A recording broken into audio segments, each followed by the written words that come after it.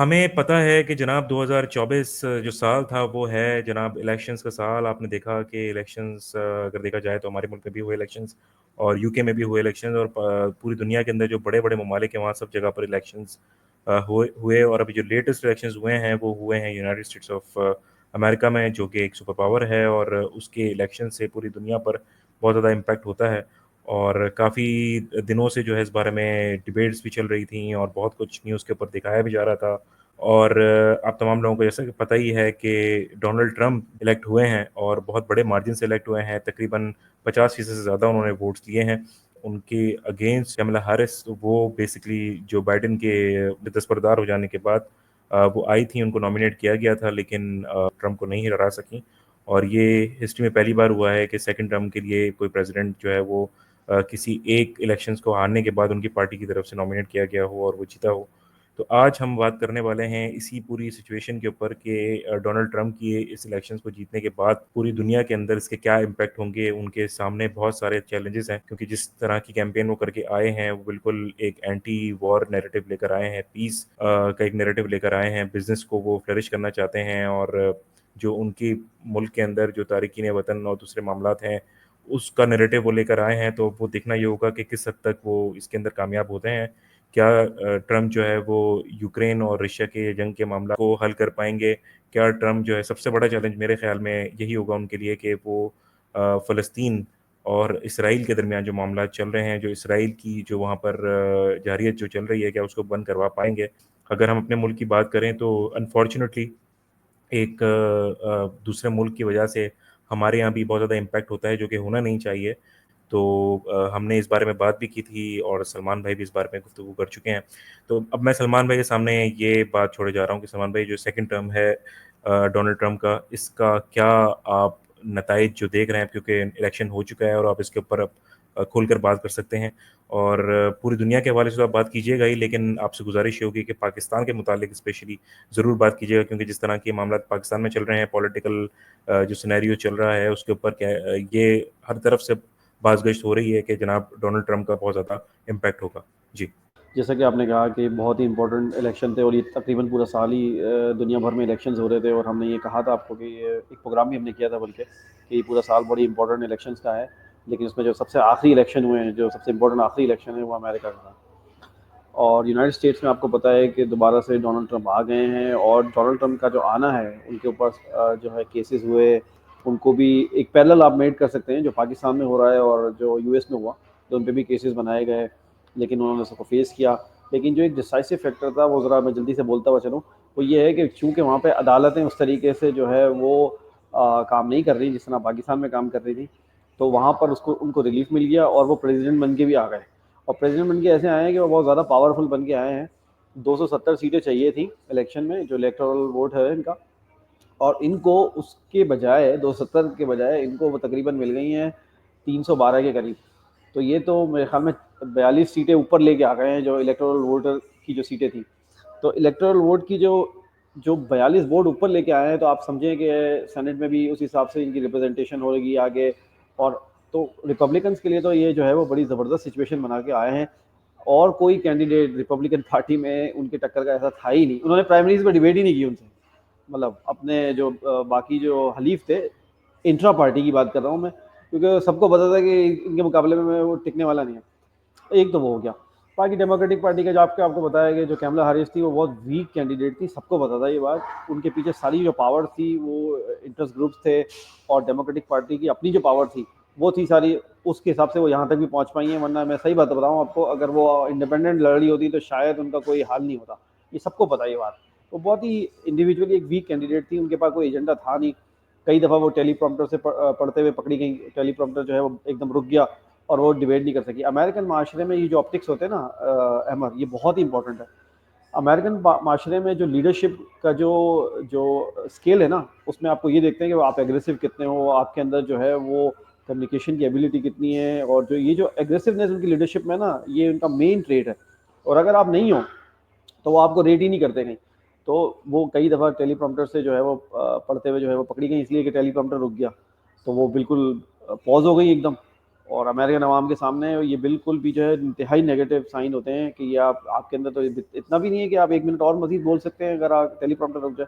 तो ये इस तरह की चीज़ें हुई उनकी कैंपेन के दौरान, प्लस उन्होंने बहुत जान मारी, डेमोक्रेटिक पार्टी ने उनको पूरा अपना पुश दिया, लेकिन फिर भी जो है डोनाल्ड ट्रंप का पलड़ा भारी रहा। और उसमें ये था कि कुछ सेंटिमेंट्स भी थे ग्राउंड पे। अब मैं आपको बता देता हूँ कि कौन से सेंटिमेंट्स थे जिसकी वजह से ट्रंप को पुश मिला, और जो इलेक्टोरल वोट है वो 270 जहाँ लेना था वो 312 लेके बैठ गए। देखिए, आपने जैसे बात करी अपने जो है इब्तिदाइया में कि इमिग्रेशन, अब इमिग्रेशन पे मैं एक थोड़ा थोड़ा जल्दी जल्दी बात कर लूँ। इमिग्रेशन पे ये हुआ कि भाई एक सेंटीमेंट था कि आपने इतने मिलियन लोग जो है वो साउदर्न बॉर्डर जो है मैक्सिको से जो लगता है उससे आने दिए, और उनके डॉक्यूमेंट्स पूरे नहीं थे, वो इलीगल आए। उसकी वजह से अमेरिकन जो सोसाइटी है उसका फैब्रिक जो है वो ख़राब हुआ, और जिसकी वजह से डोनाल्ड ट्रंप ने इसको पूरी कैंपेन के दौरान इसको कैपिटलाइज किया। इसके अलावा इकोनॉमिक पॉलिसीज़ जो थी बाइडन की, उसको जो तनकीद का निशाना बनाया।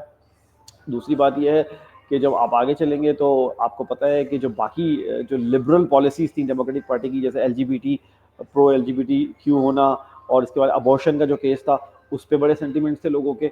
जो क्रिश्चियन जो बेसिक थे वो ट्रंप के साथ आ गए, मुस्लिम्स आ गए।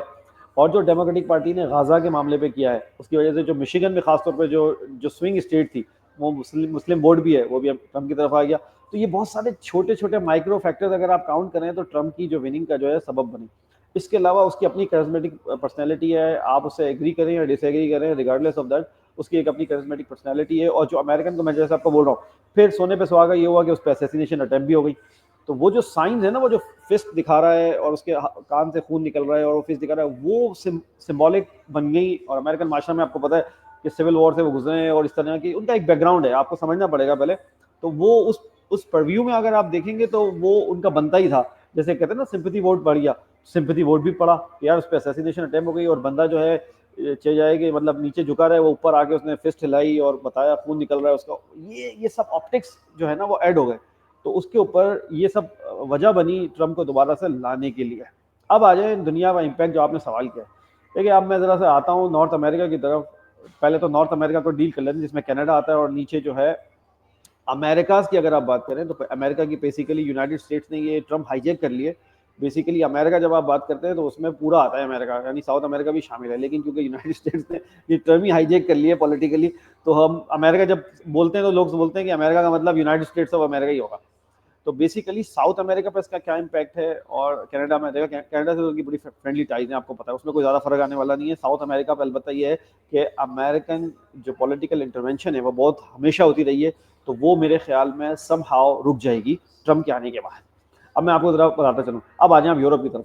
यूरोप में जो इम्पैक्ट होने वाला है मैं आपको बता दूँ, उसमें क्या है कि नेटो पे ट्रम्प के पहली ही मीटिंग में जो ट्रम्प उठाने वाला है ना इश्यूज, तो आप मेरी बात आज की डेट पे नोट कर लें। वो जाते के साथ ही नेटो की मीटिंग में जब यूरोपियन ममालिक के साथ जाएगा, दो बातों पे बहस होगी। एक तो इकोनॉमिक टाइज पे बात होगी, जो कार मैन्युफैक्चरर्स हैं, जो बाकी चीज़ें हैं जो इम्पोर्ट कर रहे हैं अमेरिका अंदर, जो यूरोप से कार इम्पोर्ट कर रहा है, खासतौर पर जर्मनी से वॉक्सवैगन और ये बाकी सारी चीज़ें जो हैं, जो इलेक्ट्रिक कार्स का आजकल आपको पता है सबसे ज़्यादा मसला चल रहा है।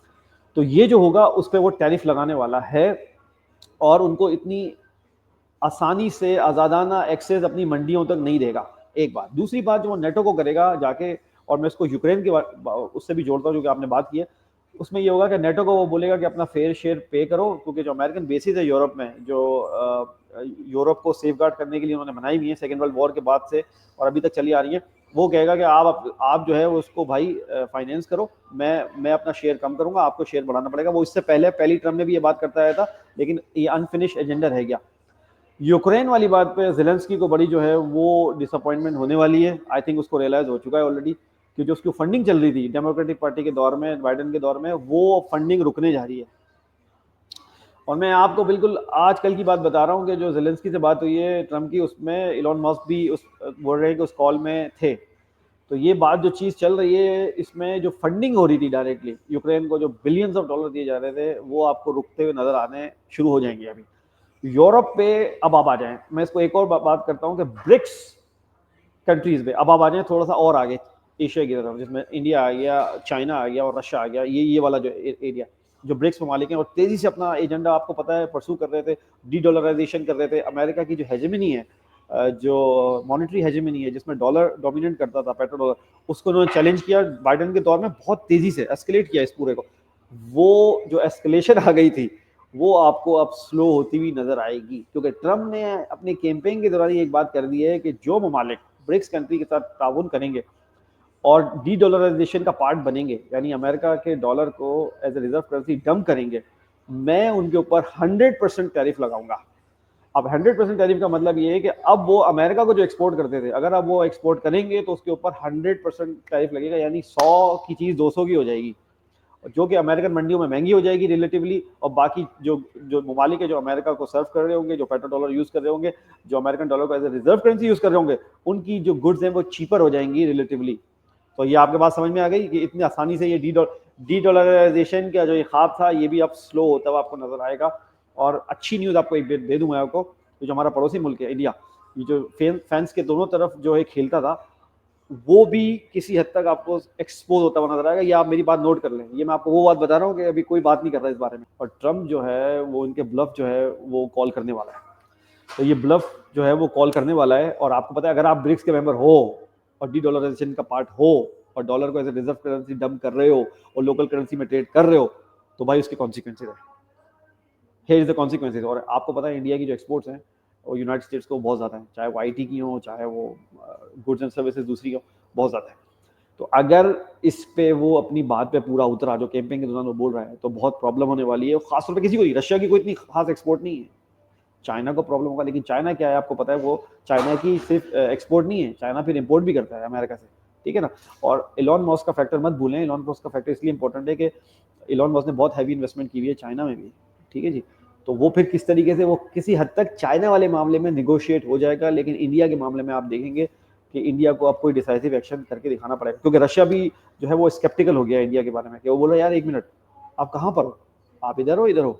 तो ये वाली बात है। तो इस रीजन में तो ये हो जाएगा मेरे भाई, ठीक है जी। जापान वहीं का वहीं खड़ा है, आपको पता है। अगर मैं बिल्कुल फाड़ में चला जाऊं तो जापान वहीं का वहीं खड़ा है, कोई ज़्यादा पोजीशन में फर्क आने वाला नहीं है। नॉर्थ कोरिया से ताल्लुकात फिर बेहतर हो जाएंगे अमेरिका के, आपको पता है कि किम से उनके और अच्छे ताल्लुकात हो गए थे। प्यूटिन से फिर मुलाकात हो जाएगी, और प्यूटिन उनको स्ट्रॉन्ग मैन है, वो खुद भी स्ट्रॉन्ग मैन है, ट्रम्प उनको लाइक करते हैं पर्सनैलिटी वाइज। तो आपको पता है कि यूक्रेन वाले वॉर में पेशरफ्त होते हुए आपको नजर आएगी विद इन वीक्स, उनके ऑफिस में बैठने के विद इन वीक्स जो है वो आपको पेशरफ्त आएगी। और अच्छा ही होगा कि यूक्रेन वाली वॉर किसी तरीके से सेटल हो जाएगी, ठीक है जी। अब आ जाए आप उस बात पे जो मिडिल ईस्ट में, अब आप नीचे आ जाए साउथ में, मिडिल ईस्ट में। अब मिडिल ईस्ट में जो कॉन्फ्लिक्ट है वो एग्जेम्प्ट है इस पूरे सिनारियो से जो मैंने आपको डिस्क्राइब किया, क्योंकि चाहे आप दीवार को लाल पेंट कर दें या चाहे ब्लू पेंट कर दें, डेमोक्रेटिक या रिपब्लिक, ये वाहिद केस है कि इस पर कोई फर्क नहीं पड़ने वाला नहीं है। इसराइल वहीं खड़ा है, जो उसका एजेंडा है वो उसको उसी तरह परसू करेगा। इसराइल के केस में रेस ये होती है कि कौन अच्छी तरीके से सर्व करेगा इसराइल के एजेंडा को। अमेरिकन प्रेसिडेंट की बात कर रहा हूँ मैं। तो ये एक एग्जाम्शन के तौर पर इसको ले लें, ये एग्जाम्शन है, इस पर कोई फर्क नहीं पड़ने वाला। और हम अपने मुस्लिम ममालिक के जो लोग हैं उनसे बोलेंगे, और जो अमेरिकन मुस्लिम है जिन्होंने मिशिगन में खास तौर पे अरब मुस्लिम्स ने और बाकी स्टेट्स में टेक्सास वगैरह में जो रिपब्लिकन पार्टी को लेके आए हैं, और वही समझ रहे हैं कि कोई बहुत ज़्यादा फर्क पड़ जाएगा जो कि डेमोक्रेटिक पार्टी में नहीं पड़ा था इनको आने के बाद गजा की सिचुएशन में। तो आई थिंक ये ख्याली है, दिखाया आपको ऐसा जाएगा। इसराइल अपना एजेंडा पूरा शेडोज में पूरा करेगा, लेकिन आपको दिखाया ऐसा जाएगा कि उन वोटर्स को सेटिस्फाई करने के लिए कि कुछ फर्क पड़ा। लेकिन मैं आपको सच बात बताऊं, कोई फर्क पड़ने वाला नहीं है। ये आप अपनी आंखों से देखेंगे, कोई फर्क पड़ने वाला नहीं है। इसराइल अपना जो एजेंडा उसने ऑलरेडी एक्सपेंड कर चुका है, वो लेबनान तक आ चुका है, आपको पता है। सीरिया में, लेबनान में, हूतीस को, सब जगह वो जहाँ जहाँ उसको मसला है वो वहाँ पर वो बॉम्बिंग भी करता है, और उसको कोई कॉस्ट भी बेयर करनी नहीं पड़ती, क्योंकि वो अमेरिका से डायरेक्ट फंडिंग भी आ रही है। डोनाल्ड ट्रंप के ज़माने में जो जंगों के एतबार से जहाँ जहाँ फंडिंग जारी थी, वो सब आपको रुकती भी नजर आएगी या कम होती नजर आएगी, सिवाय इसराइल के केस में। हो सकता है इसराइल के केस में ये फंडिंग बढ़ जाए। ये मेरी बात आप नोट कर लें, मैं बहुत अजीब सी बात कर रहा हूँ, हो सकता है ये बढ़ जाए।